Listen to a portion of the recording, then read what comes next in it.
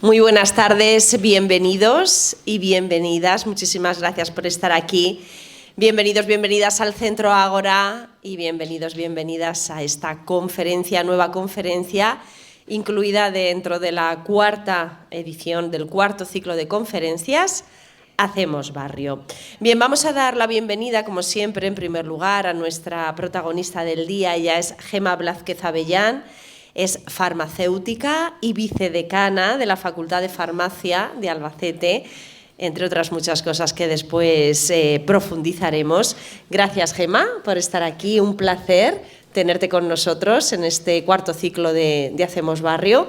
Y bueno, esperemos que se repita en alguna otra ocasión más. Gracias.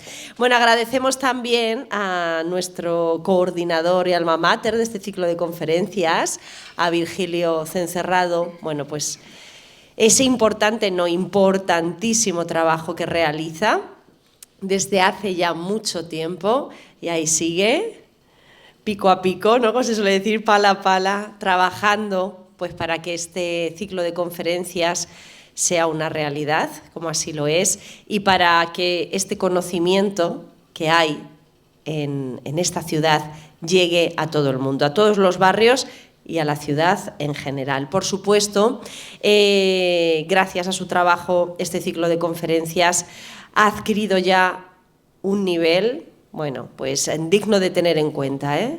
Hay que tener en cuenta y hay que considerar el nivel ya que tenemos en Hacemos Barrio. Han contribuido, como no, a todo este ciclo de conferencias el Ayuntamiento de Albacete, a través de la Concejalía de Participación Real y Efectiva, y también la Federación de Asociaciones de Vecinos de Albacete, la FAVA. Ya saben que son las administraciones, las entidades que colaboran en este ciclo de conferencias, junto a la Diputación de Albacete, la Universidad de Castilla-La Mancha, el Complejo Hospitalario de Albacete y este Centro Ágora de Participación Ciudadana. Gracias a todos ustedes, cómo no, por ejemplo, por supuesto, por estar aquí, a los que están presencialmente y también a aquellos que nos siguen en directo, porque ya saben que esta conferencia se está emitiendo en directo vía streaming. Bueno, pues gracias también, buenas tardes, bienvenidos y bienvenidas. Y si tienen comentarios, sugerencias, dudas, bueno, pues las pueden incluir en el chat y después Virgilio las trasladará a nuestra protagonista. A todos ustedes también les invitamos, como no, a formular todas aquellas preguntas que crean necesarias al final de la conferencia. Esto nos gusta porque además enriquece mucho, mucho más la jornada de hoy. Bueno, hoy es jueves lardero, no sé si lo saben, no sé si se han comido ya su mona, su hornazo, lo que cada uno haya considerado. Bueno, estos alimentos que hoy los podemos encontrar en diferentes establecimientos, en panaderías, supermercados sobre todo, que vamos y los compramos ahí a decenas para toda la familia y amigos. Y bueno, hoy es que toca hablar de esto, pero podríamos hablar de este y de cualquier otro tipo de alimento. Y seguro que en alguna que otra ocasión nos hemos preguntado cómo podríamos nosotros saber si ese proceso de producción, de fabricación de este o cualquier otro alimento ha sido seguro y si ha pasado todos los controles necesarios. Y también, ¿por qué no?, saber qué tipo de controles son estos, quién se encarga también, ¿no?, de controlar todos estos procesos y procedimientos. Bien, pues hoy, no todo, porque si no sería muy extensa la charla, pero de todo esto hoy vamos a saber un poquito más. Seguridad en la industria alimentaria, ese es el título que Gemma Blázquez Avellán ha decidido para introducirnos en el análisis de los peligros y también en aquello que se denomina puntos de control crítico. Esto es una metodología que después nos explicará con más detalle, pero que es clave para garantizar la seguridad precisamente en la producción de alimentos. Este sistema preventivo, como nos explicará, permite identificar y también controlar aquellos peligros tanto físicos como químicos, como biológicos, a lo largo de todo el proceso de producción. Y así, de este modo, se asegura que los productos son seguros para todos nosotros. Esta mona que nos vamos a comer es segura. Bien, les voy a presentar ya a Gemma, como les decía al principio, es profesora titular del área de Medicina Preventiva y también de Salud Pública del Departamento de Ciencias Médicas de la Universidad de Castilla-La Mancha, es licenciada en Farmacia, doctora por la Universidad Complutense de Madrid, donde recibió el premio extraordinario de doctorado. Ha trabajado en la Junta de Comunidades de Castilla-La Mancha como farmacéutica oficial de salud pública y también como inspectora sanitaria en la Delegación Provincial de Sanidad en Albacete, donde ha desempeñado funciones relacionadas con la salud pública, también con la sanidad ambiental, con la higiene alimentaria y con la ordenación farmacéutica.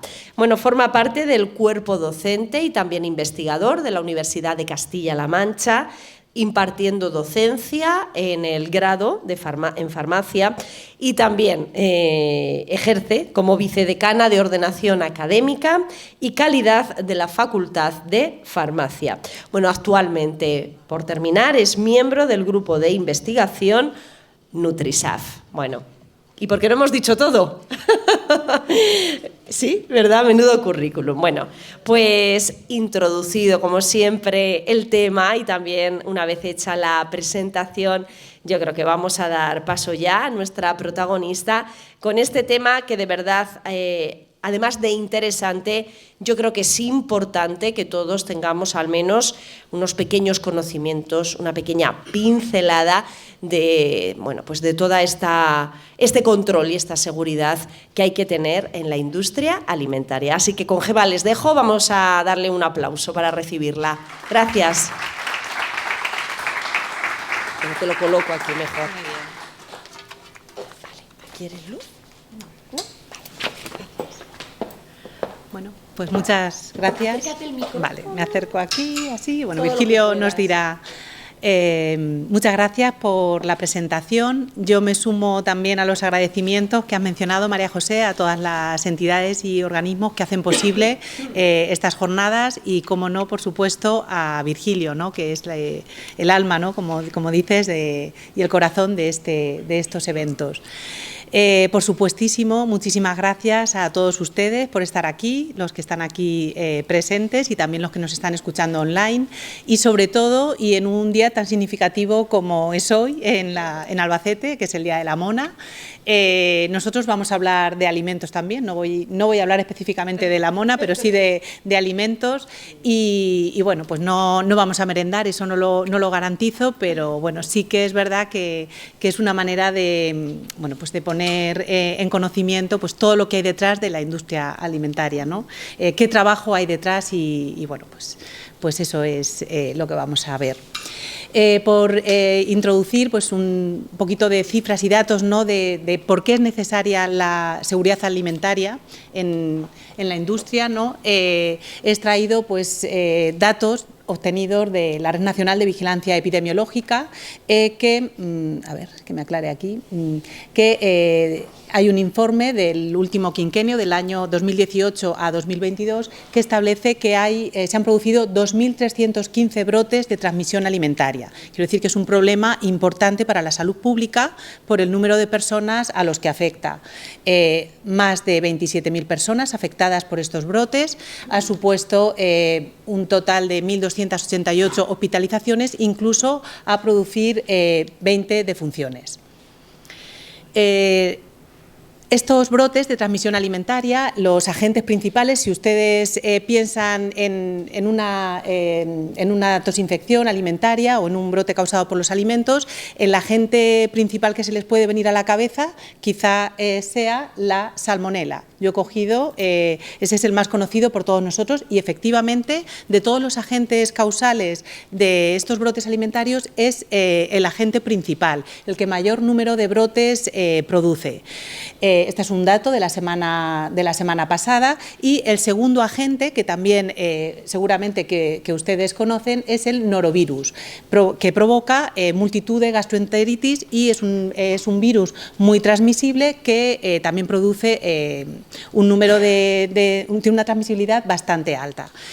Pero a través de los alimentos no solamente se van a producir peligros de tipo biológico. Hemos hablado de bacterias, hemos hablado de salmonela, pero hay muchas bacterias que pueden causar contaminación en los alimentos. Está E. coli, está Clostridium botulinum, Staphylococcus aureus, hay muchísima listeria, Campylobacter. De virus igual, hemos hablado de norovirus, pero hay muchos más virus.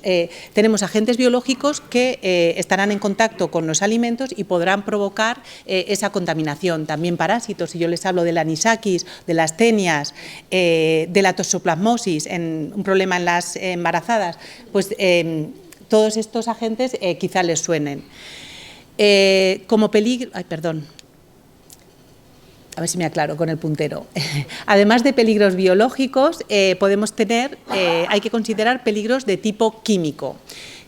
¿Cómo pueden afectar a los alimentos este tipo de peligros? Pues que existan, por ejemplo, residuos de plaguicidas. Por ejemplo, en la recolección de aceitunas, si no se respeta el tiempo de espera desde que se ha hecho el tratamiento de pesticidas en los olivos, puede ser que esas aceitunas tengan un nivel de pesticidas superior a los límites legales y todo lo que se elabore con esas aceitunas puede venir derivado, puede venir un aceite, por ejemplo, un aceite de oliva con una cantidad de pesticidas superior al permitido. Puede haber presencia de metales pesados. En el atún, por ejemplo, en las conservas, podemos encontrarnos alimentos con niveles de mercurio, de cadmio, que están por encima de los niveles permitidos. Sustancias derivadas del procesamiento industrial, dioxinas, bifenilos policlorados, son contaminantes de tipo químico que pueden estar presentes en los alimentos.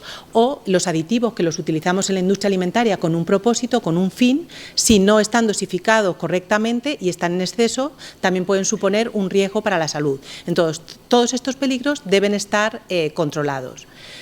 Y otro tipo de peligro que vamos a considerar son los de tipo físico. Es cierto que de ese número de brotes que les he puesto en la diapositiva anterior, los de origen físico son más minoritarios, tienen mayor importancia los biológicos y los químicos, pero también se producen y también hay que tenerlos en cuenta en la industria alimentaria cuando se hace el control.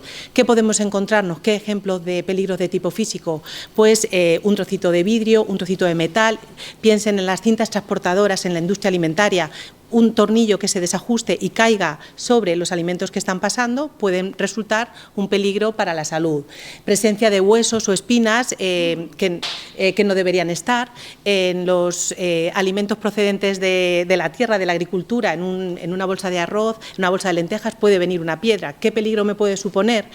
Si la veo, pues no hay problema, pero si no la veo, puedo tener la rotura de una pieza dental o incluso un atragantamiento. Por lo tanto, todos estos peligros se deben considerar a lo largo de la elaboración de los alimentos. Entonces, ¿cuál es la herramienta? ¿De qué venimos a hablar esta tarde aquí? Pues, ¿cuál es la herramienta que tiene la industria alimentaria para garantizar esta seguridad alimentaria, ¿no? ¿Cuál es la llave inglesa, el martillo, los alicates que va a utilizar? Pues el sistema, la herramienta que va a utilizar la seguridad alimentaria se llama Análisis de Peligros y Puntos de Control Crítico, que se conoce por sus siglas como APPCC, que hace referencia a las letras que determinan esas siglas. Esa herramienta lo que va a hacer es analizar cualquier tipo de peligro que pueda estar presente en el alimento. Va a evaluar qué riesgo puede suponer para la salud y, lo que es más importante, va a buscar una medida de control de ese riesgo que pueda estar presente, ¿no? Y ese peligro que pueda ser importante para la salud. Por eso se llama análisis de peligros de puntos de control crítico, porque va a determinar cuál es el peligro crítico, cuál es el peligro primordial que yo debo controlar para garantizar que el alimento sea seguro.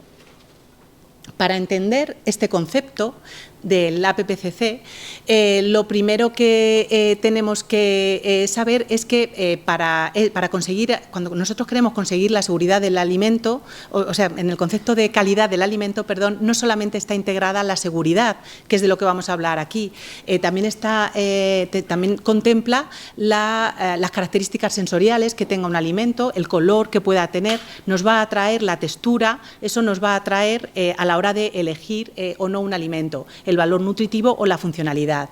Pero en esa calidad no solo están esos tres aspectos, está también la seguridad. ¿Cómo garantizamos que un alimento es seguro? Pues cuando es inocuo, cuando no tiene ningún tipo de peligros de tipo físico, químico o biológico, como hemos comentado así brevemente. De una manera sencilla podemos definir la seguridad como la propiedad que tiene algo de estar exento de provocar cualquier peligro, daño o peligro. Si eso lo extendemos a la seguridad del alimento, es la cualidad intrínseca que tiene ese alimento de no producir ningún tipo de daño cuando es consumido. Eso es el concepto de seguridad alimentaria. Este concepto de seguridad alimentaria va a ser diferente desde el punto de vista que lo contemplemos. Si nosotros pensamos en el concepto de seguridad alimentaria de un país que pueda estar en vías de desarrollo, va a ser muy diferente a lo que es considerado seguridad alimentaria en un país industrializado. Ese concepto va a ser diferente, evidentemente, porque la seguridad de los alimentos las necesidades van a ser totalmente diferentes. También el concepto de seguridad alimentaria va a ser diferente en función del momento en el que lo veamos. No es lo mismo el concepto de seguridad alimentaria que se tenía en España en la década de los 40, en la posguerra, que el concepto que podemos tener hoy día en el siglo XXI. Y también hay que considerar el concepto que podamos tener a nivel individual cada uno de nosotros de la seguridad alimentaria, ¿no? Esto a grandes rasgos. También hay que añadir en el concepto de seguridad alimentaria la definición que da la FAO, que considera que un alimento es seguro cuando la seguridad alimentaria la define como tener la disponibilidad de alimentos suficientes, inocuos y nutritivos para garantizar las necesidades alimentarias y para poder llevar a cabo una vida activa y sana. La seguridad alimentaria es una exigencia legal. La Constitución española contempla en su artículo 43 que tenemos derecho a la protección de la salud. Entonces, ya nos marca esa exigencia legal de tener alimentos seguros. Pero además, este marco legal va acompañado de otra normativa sanitaria donde se nos habla de la necesidad de existir esa seguridad alimentaria. No voy a aburrir con normativa, pero sí que voy a citar para que veamos que es una exigencia legal. Se habla de seguridad alimentaria en la Ley General de Sanidad, en la Ley General para la Defensa de los Consumidores y Usuarios y también en la Ley de Seguridad Alimentaria. Y a toda esta exigencia legal que nos marca todo este cuadro normativo hay que añadir pues esa demanda de todos los ciudadanos, de todos nosotros, de exigir y de esa necesidad de tener alimentos que sean seguros para el consumidor. En el marco legal de la seguridad alimentaria hay un punto de inflexión, un punto muy importante, y es debido a las crisis que se produjeron años atrás, tanto en España como en Europa. Ustedes recordarán la crisis alimentaria por el aceite de colza. También hemos tenido dos crisis importantes en Europa que han sido la de los pollos belga por contaminación con dioxinas y el mal de las vacas locas, que todos ustedes recordarán. Bueno, pues estas crisis tan importantes y tan significativas marcaron una tendencia, una necesidad de que a partir del año 2000 hubiera que replantearse qué se estaba haciendo mal, porque hay que evitar que se produzcan estas crisis. Entonces, a nivel del marco normativo, se hizo una reflexión acerca de cómo se estaba llevando esta seguridad alimentaria. Esa reflexión lo que marcaba era la necesidad, de comercializar productos que fueran seguros. Evidentemente se puso el foco de atención en los piensos de animales, porque a raíz de estas crisis alimentarias fue necesario que se aprobase una normativa que plantease o que evitase estos problemas. que hubiese también legislación que fuera equiparable en todos los Estados miembros, es decir, que a nivel europeo todos fuéramos al unísono, todos fuéramos a la vez, la necesidad de informar a la población con transparencia, decir qué es lo que está pasando exactamente, la necesidad también de un sistema de trazabilidad, esto es, que podamos seguir a lo largo de toda la cadena alimentaria en qué momento podemos detectar que hay un problema en la elaboración de ese alimento y lo podamos retirar sin problema a lo largo de toda la cadena alimentaria. También la necesidad de establecer recomendaciones científicas y una coordinación correcta entre todos los Estados miembros. Eso es lo que supuso la existencia de estas crisis alimentarias en España y en Europa, esa reflexión. Esta reflexión dio lugar a que en el año 2002 se aprobase este reglamento. Tampoco vamos a entrar en él, pero sí que es importante porque marcó un antes y un después toda esta normativa alimentaria.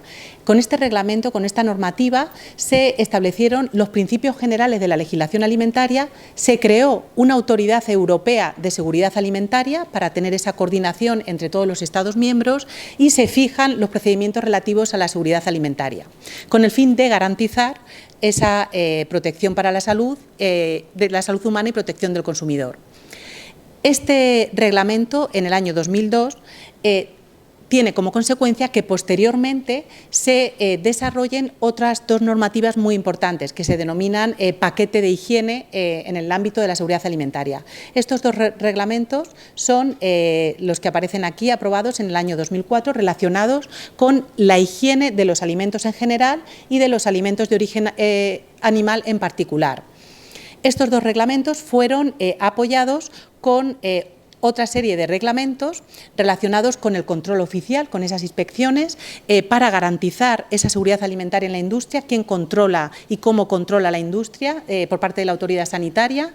También se establecieron los criterios microbiológicos y la determinación de contaminantes en los alimentos. Entonces, todo esto está legislado. Tenemos un marco legal que nos da las pautas de cómo la industria tiene que trabajar. Esas pautas, ¿en qué sentido van? Vamos a hacerlo ahora como un poquito más fácil porque no vamos a entrar en la normativa como tal. De una manera resumida y a nivel general, la pauta fundamental que se marca, ¿no?, que fue fruto de esa reflexión en toda esa normativa, es que tiene que haber un seguimiento del alimento desde lo que se conoce de la granja a la mesa, es decir, desde los sistemas de producción primaria, desde la agricultura, ganadería, pesca o acuicultura, hasta que llegan a la mesa del consumidor. Y tenemos que controlar al alimento en todas y cada una de las fases de elaboración, de tal manera que si se produce alteración o contaminación en cualquiera de las fases, yo sea capaz de determinar dónde está ese problema. ¿Qué pasaba hasta ahora? Hasta ahora el foco principal estaba centrado en el análisis del producto final, del producto terminado. La industria elabora su producto y para comprobar que el alimento es seguro, yo hago un muestreo de producto final y veo si es apto o no es apto. Pero eso es en el producto final, ya terminado. La sistemática que plantea la normativa y esta herramienta que es el APPCC, lo que plantea es analizar los peligros que hay a lo largo de toda la cadena de seguridad alimentaria para intentar prevenir esos peligros, es decir, actuar antes de que ocurra el peligro, lo que es la prevención, ¿no?, para evitar hospitalizaciones, muertes. Ese es nuestro objetivo fundamental.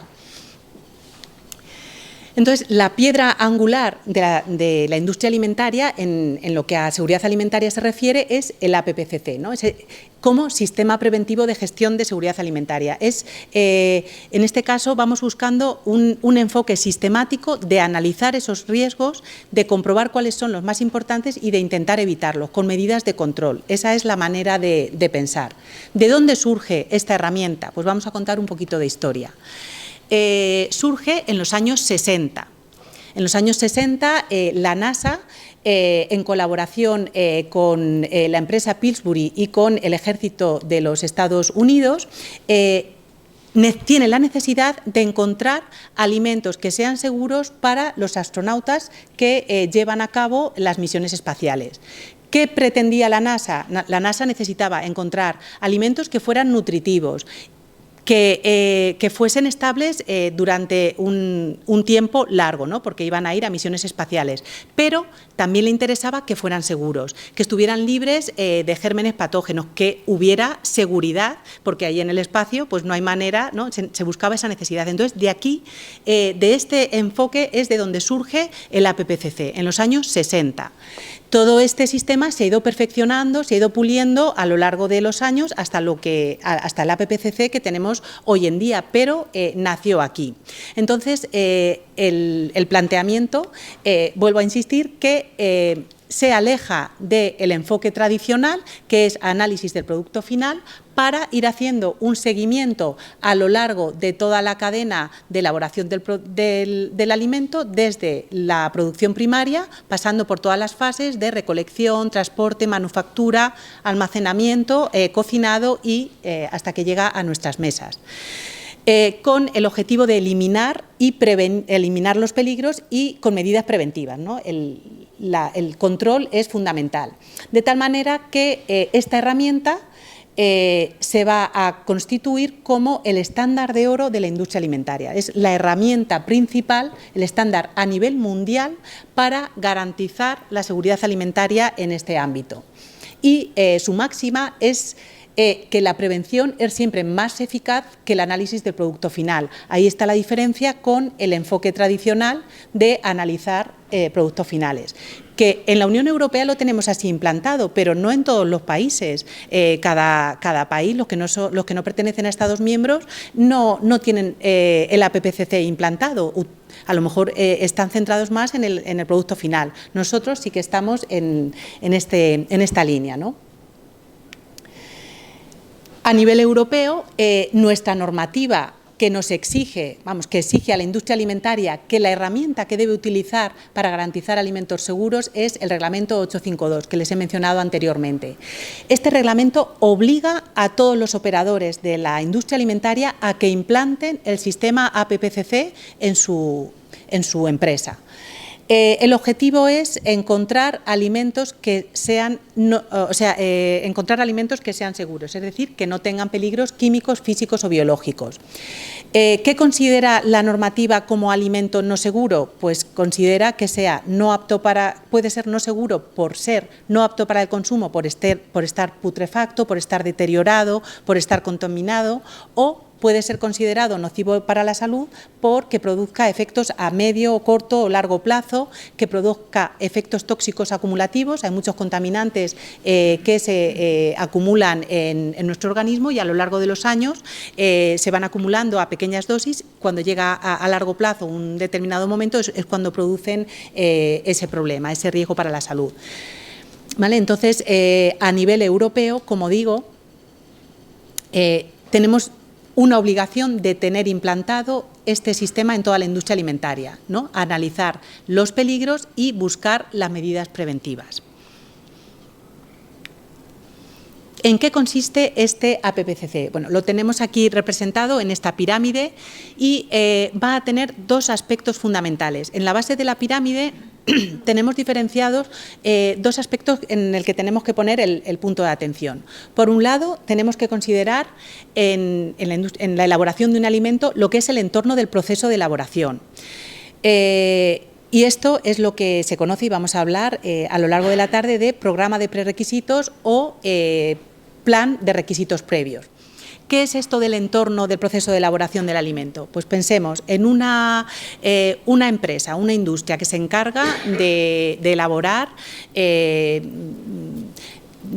productos, de envasar productos congelados, alimentos congelados, y tiene varias líneas de producción. Trabaja 24 horas al día. En el turno de la mañana trabaja con alimentos congelados de origen vegetal, hortalizas y verduras, ¿no? Un revuelto de brócoli, coliflor. Tiene una línea de productos de hortalizas y verduras. En el turno de tarde tiene otra línea de trabajo que pueda ser pues revuelto de ajetes con gambas. Ya tenemos mezcla de vegetales con marisco. Y por la noche pues tiene revuelto de verduras con pollo braseado. Tiene un producto cárnico. Tiene 3 líneas de producción, es la misma industria. ¿Cuál es el entorno del alimento? El entorno del alimento son las características que, independientemente del proceso de elaboración, yo debo controlar, porque si no controlo puedo tener un peligro, independientemente de que esté envasando hortalizas, gambas o pollo braseado, me da igual. ¿Qué es ese entorno? Pues el agua que suministra, los manipuladores que trabajan, toda la maquinaria que rodea, el plan de plagas, los residuos que se generan. Hay una serie de aspectos a nivel general que, independientemente de lo que yo elabore, yo debo controlar. Entonces, eso es lo que se conoce como controlar el entorno del proceso de elaboración, y eso se denomina programa de prerequisitos o requisitos previos, independientemente de lo que yo elabore. Esos programas de requisitos previos van a estar centrados básicamente en buenas prácticas de higiene y buenas prácticas de fabricación. Las voy a comentar también ahora. Y por otro lado, tenemos en la parte superior de la pirámide lo que supone el plan APPCC propiamente dicho, ¿no? La llave inglesa, la herramienta específica de la industria alimentaria. Y ahí es donde nos vamos a centrar de una manera específica en el proceso concreto de elaboración, donde yo me fijo si lo que estoy elaborando es un producto cárnico, es un pescado, y veo los distintos tipos de peligro que puede haber, no solo por el tipo de alimento, sino por el tipo de tratamiento, de cocinado, de procesamiento que necesita ese alimento. ¿Vale? Entonces yo me voy a fijar en la elaboración, en el proceso. Entonces tengo que diferenciar. Vamos a ver por separado estos dos aspectos. Aquí tengo el listado de ese programa de requisitos previos. Vamos a ir viendo ahora cada uno de ellos, que como digo es el entorno del alimento. Entonces todas las industrias tienen que controlar todos estos planes para garantizar alimentos seguros. Esta es como la parte fácil, la parte general de la empresa o de la industria alimentaria. Me da igual que sea grande que pequeña, todas tienen que hacer un análisis de todos estos planes. ¿En qué se van a fijar? De una manera muy resumidita, vamos a ver todos y cada uno de ellos. ¿En qué nos vamos a fijar? Pues en el plan de control de aguas, pues básicamente lo que la industria alimentaria tiene que garantizar es que el agua que utiliza en la elaboración, en la fabricación de ese alimento, sea un agua apta para el consumo, sea un agua potable. Entonces debe garantizarlo. Si el agua viene suministrada a través de la red pública, pues no hay, tenemos garantía total y absoluta, porque se hacen controles para garantizar que el agua que sale por el grifo del consumidor, ese agua es apta para el consumo. Pero puede darse el caso de una industria que esté en mitad del campo, lejos de la población, y no le llegue agua de la red de abastecimiento y tenga un pozo propio. Pues esa industria alimentaria tiene obligación de garantizar que el agua que utiliza es agua apta para el consumo. Luego tendrá que hacer todos los controles necesarios para garantizarlo.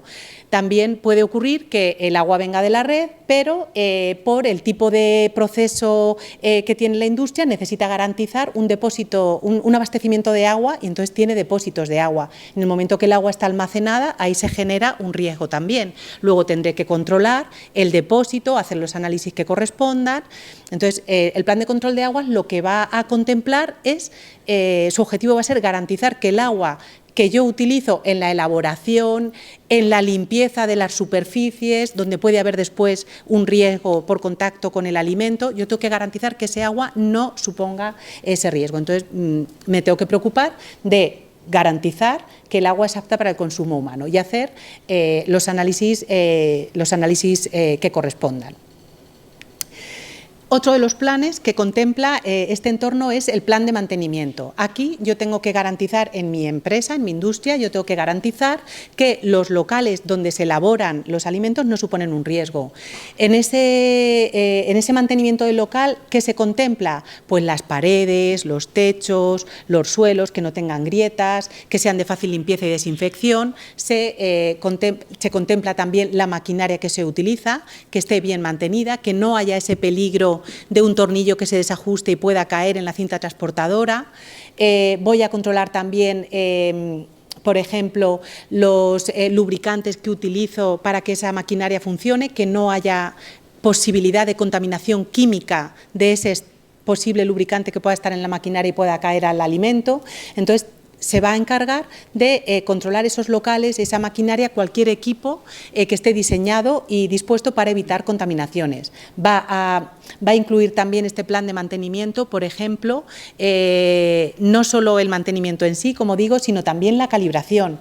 En la industria alimentaria va a ser muy importante, hay dos aspectos, por ejemplo, que son muy importantes, que es la temperatura. Ustedes saben que muchos peligros biológicos los eliminamos sometiendo al alimento a un tratamiento térmico. Por lo tanto, la temperatura va a ser un factor importantísimo a controlar. Entonces, será necesario que el termómetro que me garantiza que estoy haciendo un tratamiento térmico, por ejemplo, a 70 grados, verdaderamente mida a 70 grados, o sea, que sean verdaderamente 70 grados. O si es muy importante el tiempo de horneado o el tiempo de una esterilización o de una pasteurización, si tengo que tenerlo 3 segundos, es muy importante que esos tiempos también se midan correctamente. Por lo tanto, el control y la calibración de los equipos, de temperaturas, de pHs, de humedad relativa, de la atmósfera, de presiones, todo ese mantenimiento de equipo me va a garantizar esa seguridad alimentaria, porque me va a conseguir que el tratamiento de control para evitar peligros biológicos funcione correctamente. Otro de los aspectos que se consideran en el entorno es el plan de limpieza y desinfección. Todas las empresas tienen que tener definido qué van a limpiar, es decir, van a limpiar paredes, van a limpiar suelos, van a limpiar maquinarias, cuándo lo van a hacer, cómo lo van a hacer. En el cómo lo van a hacer hay un protocolo de limpieza y desinfección que viene aquí detallado, que es eliminar primero toda la suciedad, después limpiar, aclarar, desinfectar y volver a aclarar.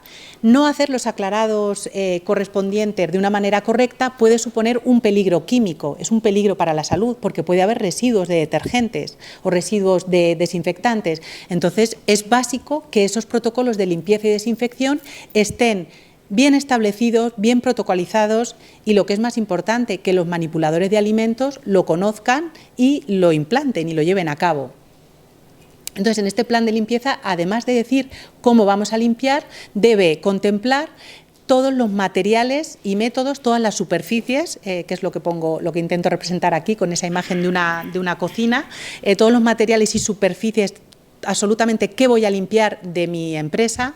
En la medida de lo posible voy a utilizar agua caliente, tengo que describir los productos químicos que utilizo, tengo que detallar, tengo que pararme a pensar qué productos químicos utilizo, no me vale cualquiera, estoy en la industria alimentaria, no vale cualquier cosa, necesito que sean productos químicos que estén autorizados para ser utilizados en la industria alimentaria y en su etiquetado viene, en sus fichas técnicas. Entonces yo tengo que garantizar que esos productos químicos son aptos para la industria alimentaria y tengo que hacer controles visuales de limpieza, que está todo limpio, y además, bueno, puedo añadir controles de superficie, análisis microbiológicos.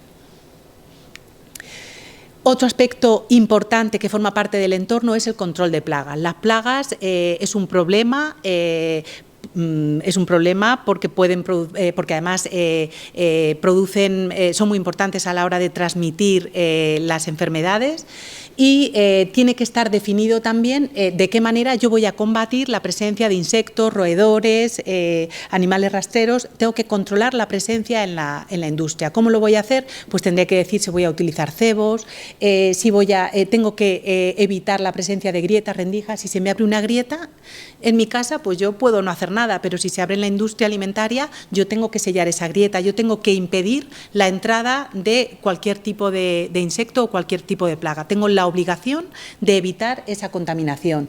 ¿Cómo lo haré? Pues teniendo las ventanas cerradas en todo momento. Si las tengo que tener abiertas, tengo que poner medidas de protección, poner mosquiteras, poner lámparas electrocutoras de insecto, evitar que las puertas estén abiertas. Evidentemente pensarán, bueno, pues es que en la industria hay tráfico, las empresas, los montacargas entran, salen, pero si han visto alguna vez en algún reportaje o han tenido la oportunidad, habrán visto que en las industrias suelen tener o bien puertas automáticas que entran y salen, o sea, que abren y cierran en el momento que se produce la entrada o salida, o tienen cortinas de lamas anchas para evitar, en la medida de lo posible, hay que evitar la presencia de insectos y roedores. Entonces, yo tengo que tener establecido, protocolizado, qué voy a hacer. Mi obligación es garantizar que no exista plagas. Entonces, tengo que establecer mi plan. Si es una empresa, si es un lugar donde hay plagas habitualmente, pues yo tendré que hacer desinsectaciones, derratizaciones cuando corresponda. Está dentro de mis obligaciones, ¿vale? Tengo otro de los planes es la formación e higiene de los manipuladores, muy importante. Esto es verdad que va a ser diferente dependiendo del tipo de empresa y del tamaño de empresa. No es lo mismo un obrador en el que trabajan el padre, la madre y el hijo, ¿no? 3 personas o incluso 2, a una industria que pueda tener 50 trabajadores, que, bueno, para empezar, que tendrá otros peligros y bueno, pues va a tener otro plan de formación. Pero, en definitiva, todos, sea la empresa grande o pequeña, tiene que tener unas nociones básicas de higiene y manipulación de los alimentos. Entonces, lo que es muy importante en este plan es que la empresa, el operador de la empresa alimentaria, se encargue de formar a sus trabajadores, de concienciar, que sus trabajadores sean conscientes del peligro. Por eso es muy importante, y lo pongo aquí, los trabajadores temporales. Estos trabajadores temporales no están concienciados, no están en la filosofía de la higiene en la industria alimentaria. Tienen que, digamos que hay que sellar a fuego esas prácticas higiene es fundamental, por ejemplo, el lavado de manos, el lavado y desinfección frecuente y regular. Mucho cuidado aquí con el uso de guantes, que parece que por usar guantes somos más higiénicos, pues hay que tener cuidado, porque el hecho de llevar guantes a veces hace que se nos olvide y que como llevamos guantes nosotros estamos protegidos, pero estamos poniendo en peligro la elaboración del alimento. Entonces hay veces que es mejor no llevar guantes para acordarte que te tienes que lavar las manos más frecuentemente. Es básico el lavado de manos. Cuando dejo mi tarea, me voy a fumar un cigarro o me voy a comer, a la vuelta, o me voy al aseo, sobre todo, a la vuelta, yo tengo que haber hecho un lavado y desinfección de manos regular. Esto es básico en la industria alimentaria. Otros aspectos importantes, pues llevar una ropa adecuada de trabajo. ¿Por qué se pide batas blancas? Pues porque en las batas blancas se ve la higiene. Si tú llevas una bata negra, pues ahí no se ve todo lo que hay. En una bata blanca se ve la pulcritud y te recuerda, si tu bata está muy sucia, te recuerda que debes utilizar una indumentaria limpia. La indumentaria pues, se exige también que no lleve bolsillos, los manipuladores no deben llevar anillos, pendientes, joyas, porque hay riesgo de que caiga durante la elaboración del alimento. Deben saber que si tienen alguna enfermedad, pues en esos días deben dejar de trabajar, deben avisárselo a su responsable o a su jefe, porque puede haber un riesgo de contaminación. Entonces, la formación e higiene de los alimentos de los manipuladores es importante. También entra a formar parte de ese entorno del alimento. Otro aspecto sería el plan de control de proveedores. Yo tengo mi industria alimentaria, voy a elaborar mi alimento, pero, claro, yo me voy a responsabilizar de lo que yo haga, pero para responsabilizarme de lo que yo haga, yo le tendré que exigir a mi proveedor de materias primas que esas materias primas vengan en condiciones. Entonces, en el plan de control de proveedores, ¿yo qué voy a exigir? Pues le voy a exigir al transportista, primero, que venga correctamente limpio, que el medio de transporte venga también limpio. Yo haré controles visuales y veré si viene en condiciones adecuadas ese transporte. Si es un alimento que necesita condiciones de refrigeración o de congelación, temperatura de almacenamiento, pues yo puedo ir con mi termómetro y garantizar que ese pescado me viene en temperatura de refrigeración, porque si a mí me lo da en malas condiciones, yo puedo elaborar un alimento que genere un riesgo para la salud. Entonces, está contemplado que se haga un control a los proveedores. Vale, más o menos vienen ahí detalladas. Viene también abajo el principio FIFO, que es el principio first in, first out. Primero en llegar, primero en salir. Súper importante que haya una adecuada rotación de stock. Tengo que conforme me vaya llegando la materia prima, tengo que ir rotando para evitar que tenga caducidades, ¿vale?, en mi almacenamiento. Bueno, pues a grandes rasgos ese sería el plan de control de proveedores. El plan de trazabilidad va enganchado con el anterior, porque el plan de trazabilidad, ya les he comentado antes que es importante, además, y viene dentro del APPCC, porque lo que hace es seguir al alimento a lo largo de toda la cadena alimentaria. ¿Por qué es importante? ¿Por qué es tan importante esta trazabilidad? Si se produce un problema, una alerta alimentaria con algún lote determinado de un alimento, la trazabilidad me va a permitir saber dónde está ese lote concreto de alimento. ¿Por qué? Porque el operador de empresa alimentaria va a elaborar un alimento y lo va a lotear, le va a poner un número de identificación. Pero es que el operador va a saber con qué lotes ha elaborado las materias primas, qué lote tienen, y va a saber exactamente qué lote tiene cada una de esas materias primas que forman parte del lote X del alimento en cuestión.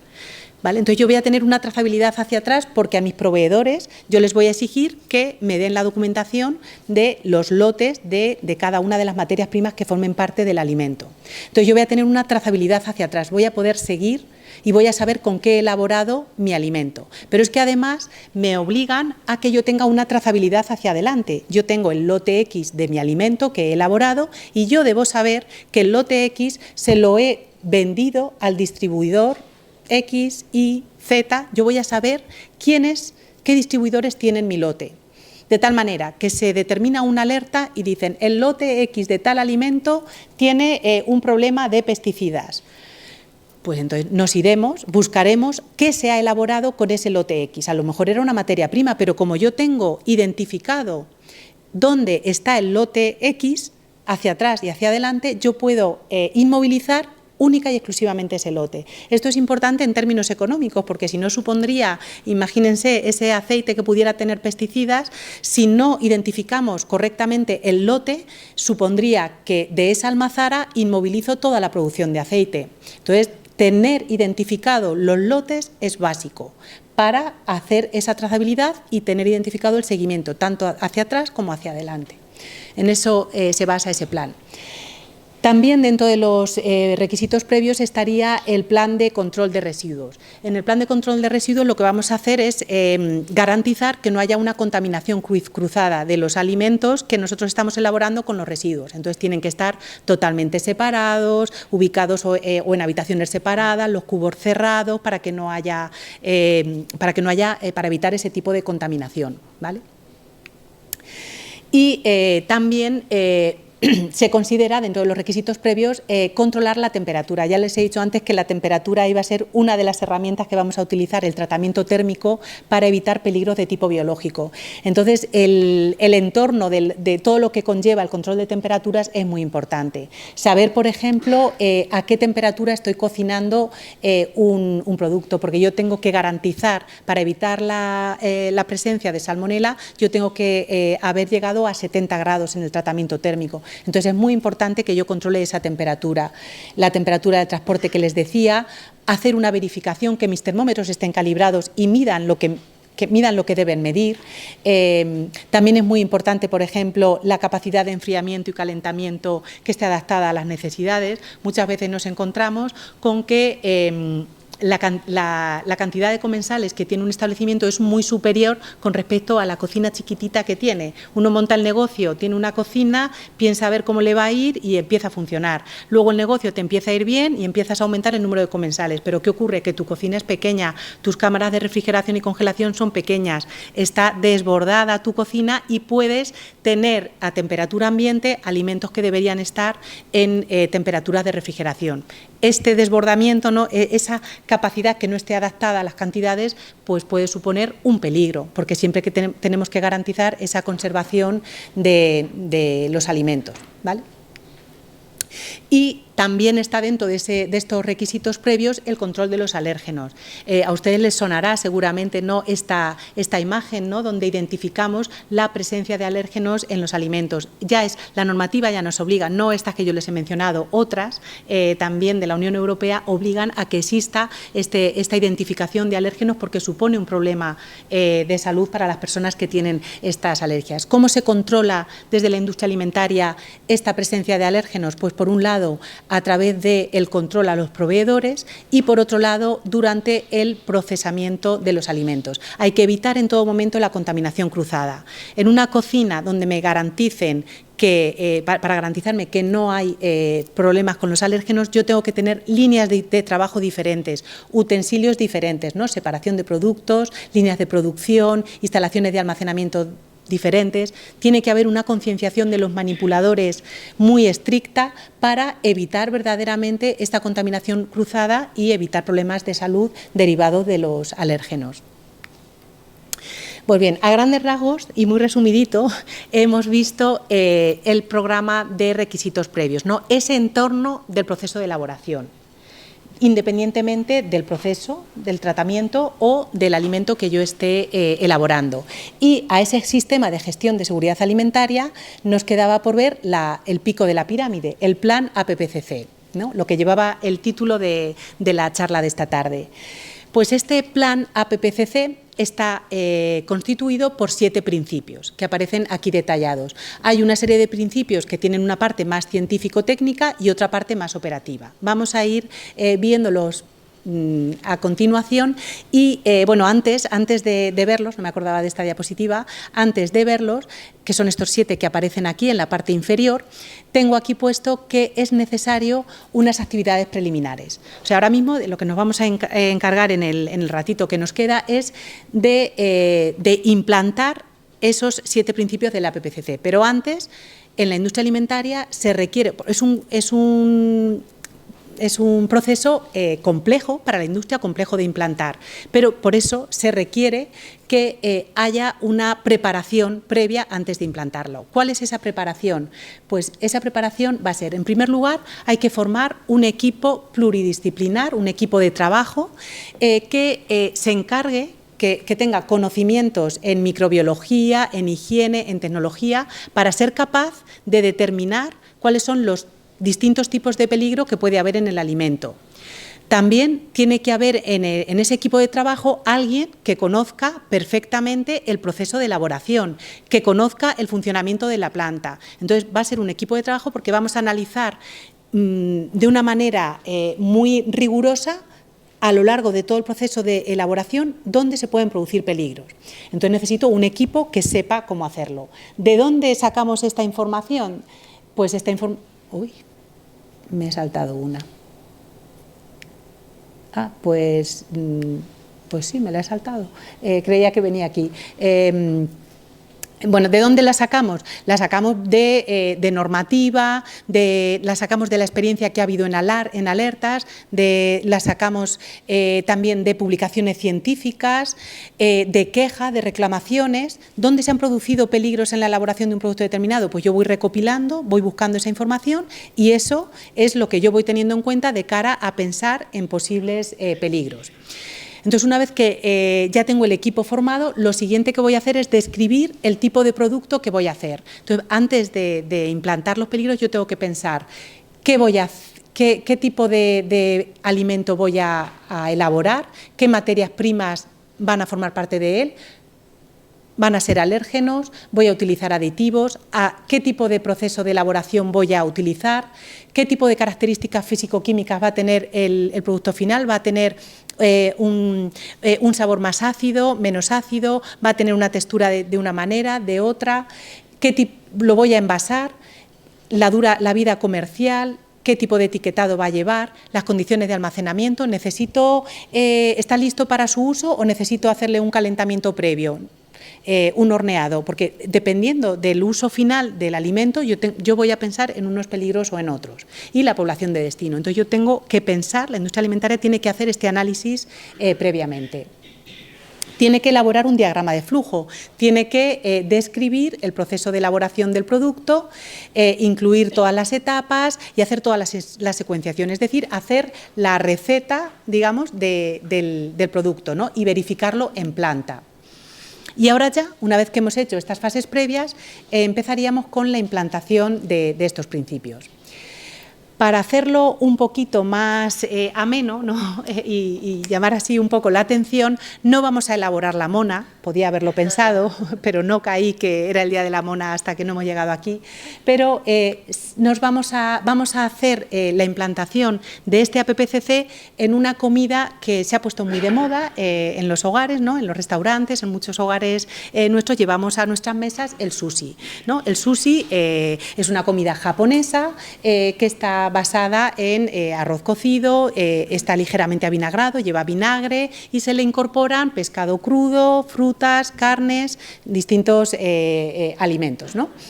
Realmente el sushi es un tipo de alimento que tiene implícito unos riesgos potenciales importantes y que hay que hay que hacer su elaboración de una manera. Si se tienen en cuenta esos peligros y se tiene controlado, no pasa nada, pero hay que hacerlo, porque si no, sí que tenemos un riesgo. Y eso es lo que vamos a ver ahora. Vamos a ver qué peligros puede haber para ir entendiendo esos 7 principios. Tenemos que pensar en un tipo de SUSI porque hay que centrar, hay que concretar. Entonces vamos a elaborar el MAQI. De acuerdo a esas fases preliminares que he dicho antes, vamos a pensar qué lleva el MAQI. ¿Qué lleva el MAQI? Pues lleva arroz cocido, lleva alga nori, lleva vinagre y lleva un pescado crudo, salmón o atún, hemos puesto. Vamos a pensar en cómo se prepara. Se lava el arroz, se cuece, hay que abanicarlo para que esté tibio. Cosa importante, tiene que estar tibio. Si alguien ha hecho sushi alguna vez en casa, sabe que no puede estar muy frío. Tiene que tener una temperatura tibia para que se maneje bien, para que se enrolle bien. Vamos a mezclar con vinagre, le vamos a añadir el pescado, le ponemos encima del alga, lo enrollamos y lo cortamos. Y listo para comer, ¿no? Esas son las fases. Pues bien, vamos a hacer el diagrama de flujo. En este diagrama de flujo, ¿en qué nos vamos a fijar? En cómo se almacenan esas materias primas. Pues vamos a ver que el arroz, el vinagre y el alga se almacenan a temperatura ambiente y el pescado se almacena en refrigeración. Empezamos a cocinar el MAQI. Cocemos el arroz, ¿vale? Vemos la línea azul, cocemos el arroz, añadimos el vinagre, añadimos el salmón o el atún y pasamos a la siguiente fase. Enrollamos, troceamos, emplatamos y o bien no lo comemos y si no lo vamos a consumir, lo almacenamos en refrigeración, ¿vale? Este es nuestro diagrama de flujo. Vale, empezamos con el principio número 1 de la PPCC, ¿vale? Ya estamos en la herramienta pura y dura. ¿Cuál es el primer principio? Encontrar peligros que sean significativos, ¿vale? Aquí lo pongo claramente, peligros significativos, peligros importantes y encontrar medidas de control. Encontrar peligros significativos es peligros que es probable que ocurra, que es razonablemente probable que se produzcan y que puedan producir un daño y que es necesario eliminar, es decir, es un peligro que si yo no hago nada en el alimento y no lo elimino, sí o sí voy a tener un alimento no seguro. Por eso son por eso se denominan peligros significativos, porque son peligros que van a ser críticos en la elaboración, que yo tengo que poner una medida de control, ¿vale? Voy a diferenciar, yo voy a pensar en todos los tipos de peligro y voy a diferenciarlos de los que sean menos significativos. Aquellos que sean menos significativos no quiere decir que no les vaya a hacer caso. Esos los voy a controlar con esos requisitos previos, con esos planes que he indicado anteriormente, con esa base de la pirámide, con ese entorno del alimento, ¿vale? Voy a hacer el análisis de peligros, yo voy a hacer una tormenta de ideas, voy a buscar mi lista de peligros, los voy a identificar y voy a pensar si es razonable que aparezcan. En ese análisis de peligros yo voy a hacer una cosa, yo voy a hacer un análisis cuantitativo o cualitativo. Ese análisis va a ser que una vez que yo he pensado en el peligro que pueda estar presente, yo tengo que determinar si es probable que aparezcan y qué tipo de gravedad tiene ese peligro. Voy a pensar en esos dos aspectos. Antes de continuar, vamos a diferenciar lo que es el peligro y lo que es el riesgo. Y aquí lo indico en esta diapositiva. Nosotros consideramos peligro cuando es posible que un agente produzca un efecto dañino. Yo pienso en el mar, en la playa, y el hecho de que haya un tiburón es un peligro, ¿vale? ¿Dónde está el riesgo? El riesgo está cuando hay posibilidad de que se materialice ese peligro. Si el tiburón está en la playa pero yo no me baño, el peligro está ahí, pero yo no corro ningún riesgo, yo estoy en la orilla, el tiburón nunca jamás me va a hacer nada, estoy en la orilla. Entonces el riesgo se produce cuando hay probabilidad de que se materialice ese peligro. Entonces esa es la manera de pensar, el peligro puede estar presente, pero yo tengo que buscar el riesgo. Y la seguridad alimentaria es la inversa del riesgo. Lo que yo estoy buscando es la práctica certeza de que en unas condiciones definidas, es decir, yo tengo el peligro, yo pongo un medio de control en una condición definida, no voy a tener peligro. Ese es el objetivo de la seguridad alimentaria y el objetivo de la PPCC. Aquí, es que esta se me ha pasado de lugar. Aquí es donde estaban las fuentes de información, de dónde yo obtengo información para hacer esa tormenta de ideas y pensar en todos los peligros. Pues aquí aparecía en los textos, las publicaciones, las quejas. Bien.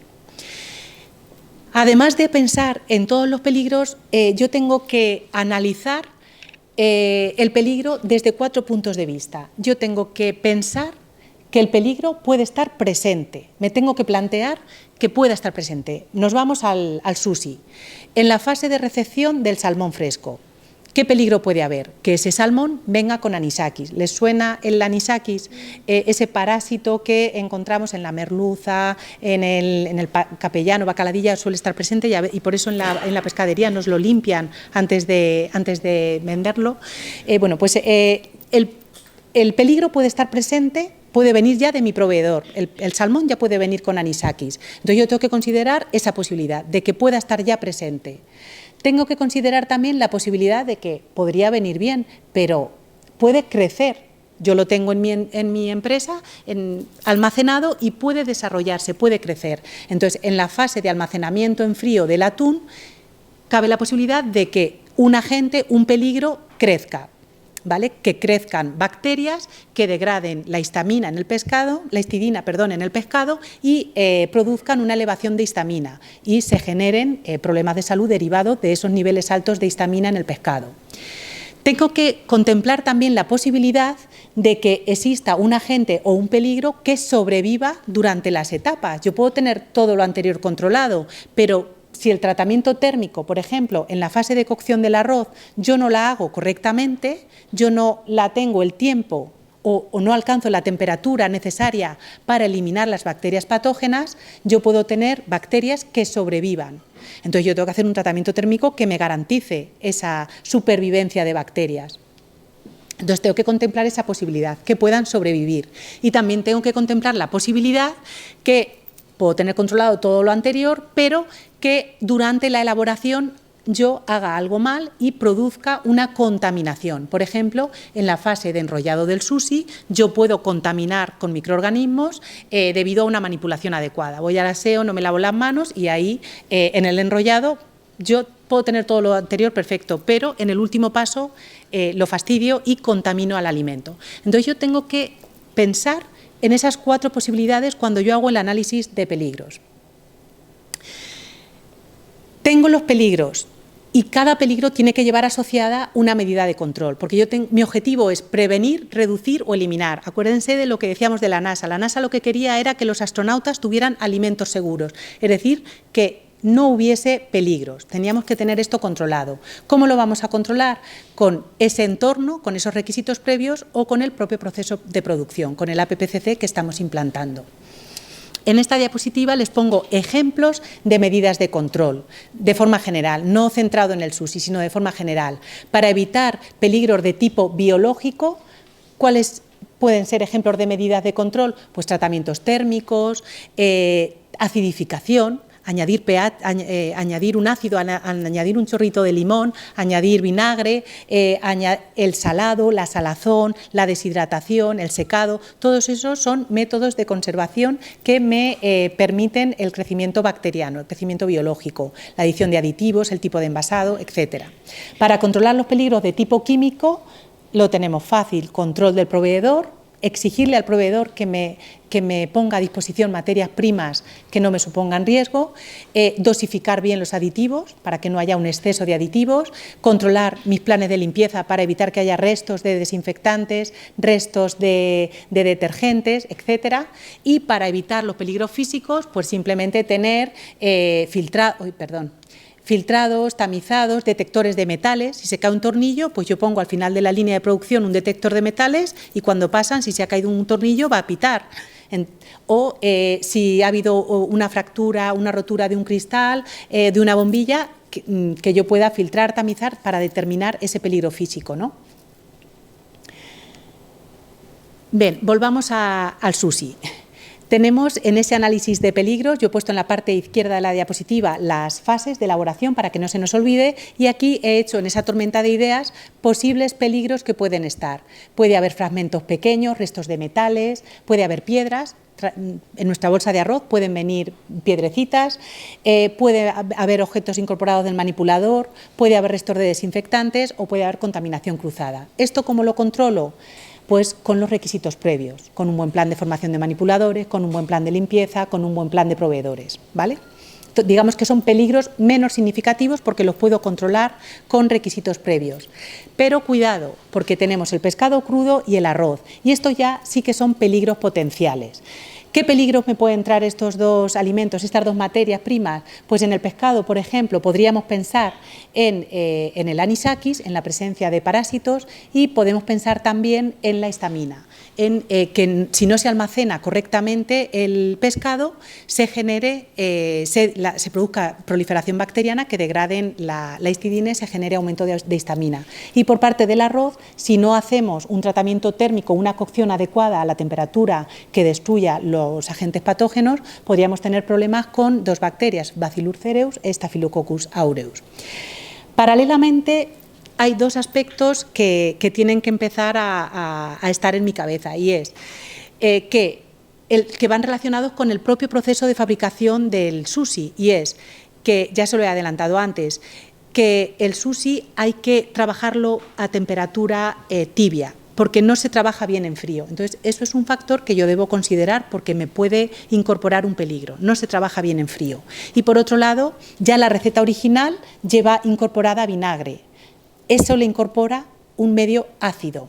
Y ese ácido que le incorpora en la receta original es la que me va a garantizar, en cierta manera, esa seguridad en el sushi. Pero hay que controlarlo, no de cualquier manera. Entonces, buscando en esa bibliografía, en esa evidencia científica, ¿qué se sabe? Pues la Agencia Europea de Seguridad Alimentaria establece que el pH seguro para trabajar, para no tener problemas, sería un pH menor de 4,5. Si yo voy a consumir el sushi pronto, porque la vida útil va a ser corta, podría ser 4,6. Y el ideal, para tener garantías totales de seguridad, el pH debería ser de 4,2. Ahora, yo añado un chorrito de vinagre, pero ¿cómo sé yo si estoy a 4,2, 4,5, 4,6, 3,9, 4,8? Bueno, si no se puede garantizar la acidificación adecuada, yo estoy en mi cocina o en la cocina de ese restaurante, no tienen manera de controlarlo, se sabe, hay evidencia de tiempos y temperaturas y unas pautas que hay que seguir para conseguir ese alimento seguro. ¿Cuáles son esas pautas? Primero, que el arroz se puede mantener a temperatura ambiente como máximo 2 horas, si no sé el pH final del arroz. Yo lo tengo como máximo 2 horas, incluido el tiempo de preparación del sushi. No desde que yo tengo el sushi dispuesto para comer, sino desde que tengo el arroz cocido y le añado el vinagre, tengo 2 horas. Si en ese tiempo y si la temperatura ambiente no es mayor de 25 grados, no habría problema, ¿vale? Entonces, por eso marco ahí que si voy a superar esas 2 horas del sushi preparado, o bien me lo como inmediatamente, servicio inmediato, o bien lo mantengo en refrigeración, porque si no, sí que puedo tener un alimento que no sea seguro, ¿vale? Que, por otro lado, ¿puedo garantizar la acidificación que esté entre 4,5 y 4,6? Pues en ese caso, el arroz me aumenta la temperatura a la que puedo almacenarlo, tenerlo en la cocina, y sería como máximo 4 horas. Como ya tengo, ¿cómo garantizo ese pH? Pues o bien con un pHímetro, ¿no? en cocinas pues más sofisticadas, o con tiras de pH, tiras reactivas, que tú pones una tira, cambia de color y en función del color que determina ya sé qué pH tiene. Nunca sobrepasar la temperatura ambiente de 25 grados. En época de verano, pues es más difícil de controlar, y más en una cocina donde las temperaturas suelen ser altas. Entonces, este punto hay que controlarlo, la temperatura y el tiempo. Si no llego a las 4 horas, pues no hay problema. Si supero las 4 horas, o bien servicio inmediato, o bien lo refrigero, ¿vale? Entonces, teniendo esas pautas y teniendo en cuenta, ya hemos extraído, ¿no? Ya les he adelantado qué peligros puedo tener: el anisakis, que voy a controlar con control de proveedores, la histamina, que la voy a controlar con temperatura de refrigeración, y las bacterias patógenas, que las voy a controlar con el control de tiempo y temperatura. Y en el enrollado puede haber una contaminación por parte de los manipuladores, o por limpieza y desinfección incorrecta de superficies, también podría tener problemas de crecimiento de bacterias. Estos van a ser los, por resumir, ¿no? Y por concretar, los peligros en los que yo voy a poner atención. ¿Cómo se instaura este análisis de peligros? Pues se trabaja con tablas. Se pone en la parte izquierda todas las etapas. En la parte del centro se van enumerando todas y cada uno de los peligros y las causas, y en la parte derecha se describen las medidas de control para cada uno de los peligros. Vamos a ir avanzando, lo he adelantado, para cada una de las fases ya está pensado qué peligro puede haber con su correspondiente medida de control, ¿vale? Las he ido poniendo en color rojo con medidas de control. Algunas medidas de control son con requisitos previos: plan de control de proveedores, plan de manipuladores, plan de mantenimiento, plan de limpieza y desinfección, y otras requerirán el APPCC, la parte superior de la pirámide. Vamos al principio número 2. Yo tengo ya el listado de peligros en esa tormenta de ideas, y ahora voy a determinar de todos estos cuáles son puntos críticos de control. ¿Cómo lo hago? Pues ya hemos adelantado que puntos críticos de control son los que van a pasar al APPCC, y el resto, los que son menos significativos, se van a controlar con planes de requisitos previos. Para determinar si es un punto crítico de control o no, vamos a utilizar dos métodos: método de evaluación de riesgo semicuantitativa y paralelamente un árbol de decisión, que lo que van a hacer es determinar la probabilidad de que aparezca el peligro, y no solo eso, sino también la gravedad. Para eso la normativa me establece, tengo ayudas, tengo unas tablas donde me determinan si para cada peligro yo tengo que ir pensando, a ver, este peligro, la probabilidad es baja, es media o es alta. Entonces yo tengo que ir pensando para cada uno de ellos e ir marcando. ¿No ha ocurrido nunca o es prácticamente imposible que ocurra? Pues la probabilidad va a ser baja. Si no hay medida de control, puede dar lugar a un peligro que pueda aparecer de una manera bastante probable, pues alta, ¿no? Yo tengo ahí definido para cada distintas opciones para yo marcar si es probabilidad baja, media o alta. E igualmente con la gravedad.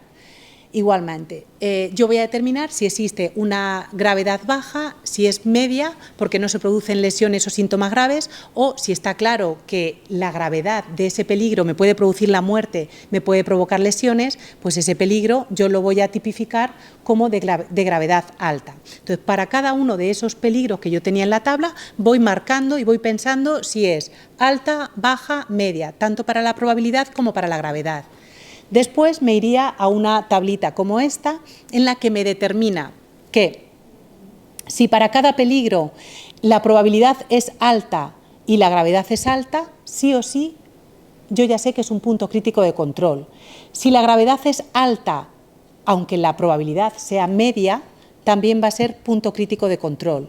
E igualmente, si la probabilidad es alta, aunque la gravedad sea media, también voy a determinar que hay un punto crítico de control. Luego yo tengo herramientas, yo tengo una chuleta aquí para ir viendo cuándo determino que es un punto crítico de control.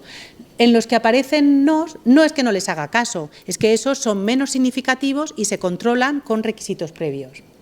Después voy a un árbol de decisión para comprobar verdaderamente que son puntos críticos de control. Entonces yo voy haciendo 4 preguntas clave. Para cada peligro, ¿se puede mantener el peligro significativo en un nivel aceptable en esta fase? Si me sale que sí se puede mantener el peligro, es decir, que no voy a tener problemas, pues claramente no es un punto crítico de control. Si me sale que no, paso a la siguiente pregunta. ¿Existen medidas de control específicas en esta fase? Si no existen medidas de control, no es un punto crítico de control, pero es que es más, hay que evaluar las fases posteriores para determinar si posteriormente hay un punto crítico de control. Si me sale que sí existen medidas de control, voy a la pregunta 3. ¿Hay una fase posterior que me eliminará el peligro? Si me sale que sí, la fase posterior, que es la que me va a eliminar el peligro, es en la que yo tengo que poner el foco de control, porque ese va a ser el punto crítico. Esa es la fase posterior que me elimina, que me reduce el problema. Luego esa fase es la que yo tengo que tener controlada. Si en la pregunta 3 me sale que no, la pregunta 4 sería, ¿esta fase en concreto me previene o me elimina el peligro? Si me sale que no, cuidado, porque yo tenía identificado un peligro y en esas 4 fases no hay nada que me lo elimine. Luego tengo que modificar la fase, el proceso, tengo que hacer algo, porque si no el peligro va a seguir estando. Y si me saliera que sí, en esta 4ª pregunta, me sale claramente que eso es un peligro. me voy a mi tablita del SUSI y yo tengo aquí enumerados los peligros. Voy pensando si es probabilidad alta, media o baja, gravedad alta, media o baja, y en los que me sale que sí, ya he marcado, según la tabla que hemos visto anterior, en los que me sale que son puntos críticos de control, la supervivencia de gérmenes patógenos en la cocción del arroz, el crecimiento de bacterias patógenas en el mezclado y vinagre y el crecimiento bacteriano durante el servicio o enfriamiento. ¿Vale? Entonces, aquí me sale que son puntos críticos. Además, lo voy a comprobar en el árbol de decisión. Yo voy a ir haciendo las 4 preguntas que hemos dicho y la pregunta 1 me sale que no, en la pregunta 2 me sale que sí, voy pasando hasta que en la pregunta 4 me sale que sí. Por lo tanto, según el árbol de decisión, las 3 que había determinado me confirma que son puntos críticos de control. Ya tengo cuáles son mis peligros, tengo identificado cómo controlarlo, ya sé cuáles son puntos críticos de control, hemos determinado 3. Vale, yo tengo 3 peligros, ahora pues tengo que establecer cuál es el límite de control. ¿Cómo determino yo? Yo sé que tengo que controlar, pero yo controlo, pero ¿cómo sé lo que es apto de lo que no es apto? Yo voy por la carretera y por una autovía yo sé que tengo que ir no puedo sobrepasar 120, tengo un límite, yo sé lo que no puedo sobrepasar. Pues aquí es igual. ¿Qué temperatura? Yo voy a controlar. Si es un control de temperatura es ¿qué temperatura tengo que alcanzar? ¿O qué tiempo de cocción tengo que alcanzar para que no tenga ese peligro? Entonces yo tengo que establecer. Para determinar estos límites también yo voy a consultar la evidencia científica. Si existe normativa legal lo tengo muy fácil porque es simplemente cumplir ese límite legal que me marque, y si no me voy a las publicaciones científicas y ahí me vienen determinados pHs, temperaturas, etcétera, ¿no? Me vienen esos límites de lo que me diferencia lo que es aceptable de lo que no es aceptable. En el principio 4 yo tengo que vigilar. Vale, yo ya tengo un peligro, tengo un control, tengo un límite, tiene que haber alguien, tiene que haber un policía que me controle, ¿no?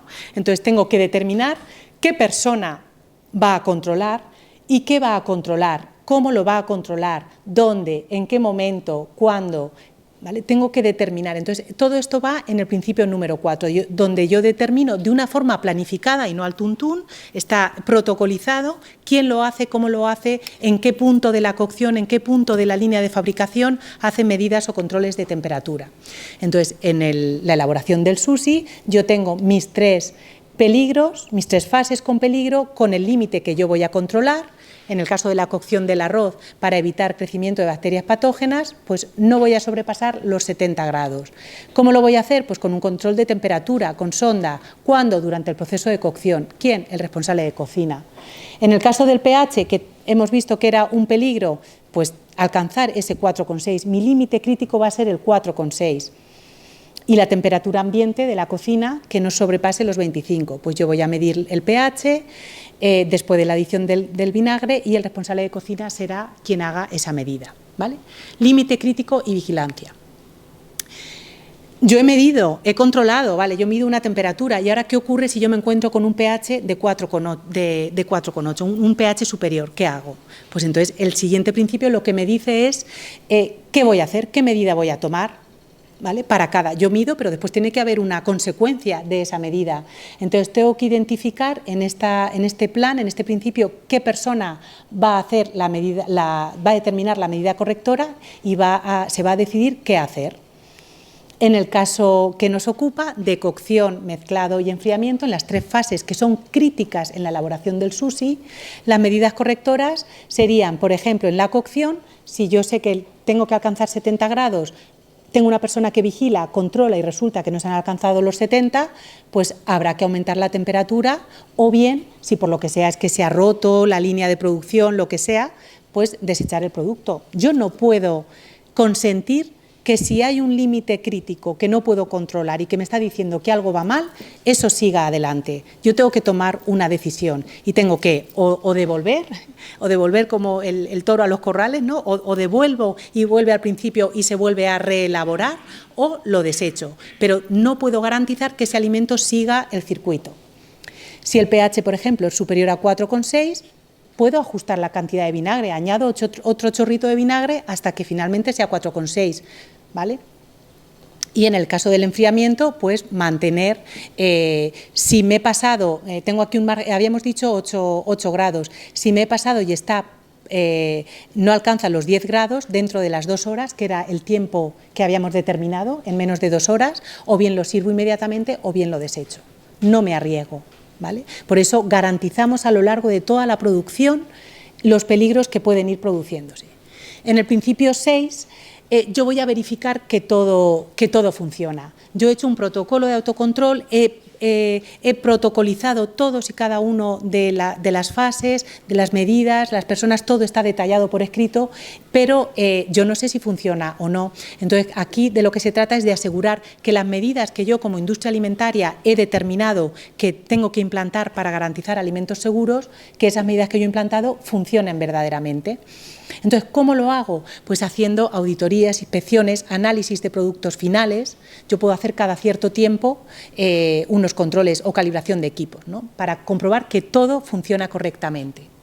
En el caso que nos ocupa, el procedimiento de verificación podría ser perfectamente hacer un análisis microbiológico semestral del producto terminado. Fíjense, en el enfoque tradicional de la seguridad alimentaria, estábamos centrados en el producto final y nos conformábamos con hacer análisis del producto final. Ahora lo que hacemos es, dentro de la verificación, después de haber implantado una serie de medidas preventivas, lo que hago es cada cierto tiempo controlo y verifico, hago análisis de producto final y si me sale correcto, pues es que lo que yo estoy trabajando correctamente, no estoy provocando, no estoy produciendo alimentos que no sean seguros porque yo hago mis muestreos, ¿vale? Y el último principio, ya estamos llegando al final, el último principio sería la documentación y registro. Esta metodología se garantiza en que todo esté documentado, ¿no? He puesto en gris las actividades preliminares, esas actividades iniciales, y aquí en este circuito en verde los 7 principios del APPCC. Todo tiene que estar documentado. Todo, absolutamente. Y deben detallarse cada una de todas esas fases que hemos determinado. Y con esto, bueno, pues es la herramienta que la industria alimentaria tiene. Daría, para otra sesión, explicar cómo el control oficial tiene un papel fundamental porque es la autoridad sanitaria encargada de supervisar que la industria alimentaria hace bien este trabajo, lo tiene implantado y ahí está. Por eso es tan importante, por un lado, la normativa obliga a la industria alimentaria a implantar este sistema y cualquier empresa que elabore alimentos tiene que tener un protocolo como este.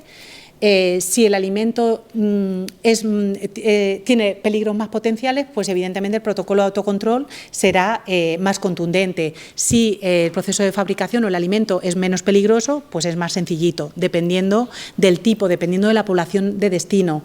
Y luego, por otra parte, el control oficial garantiza que a través de las inspecciones pues haya una supervisión en la industria alimentaria y quien no implanta correctamente el APPCC, pues ahí está para que se consiga y intentar disminuir el número de brotes alimentarios, ¿no?, que pueden suponer un riesgo para la salud pública. Y bueno, pues esto por mi parte sería todo.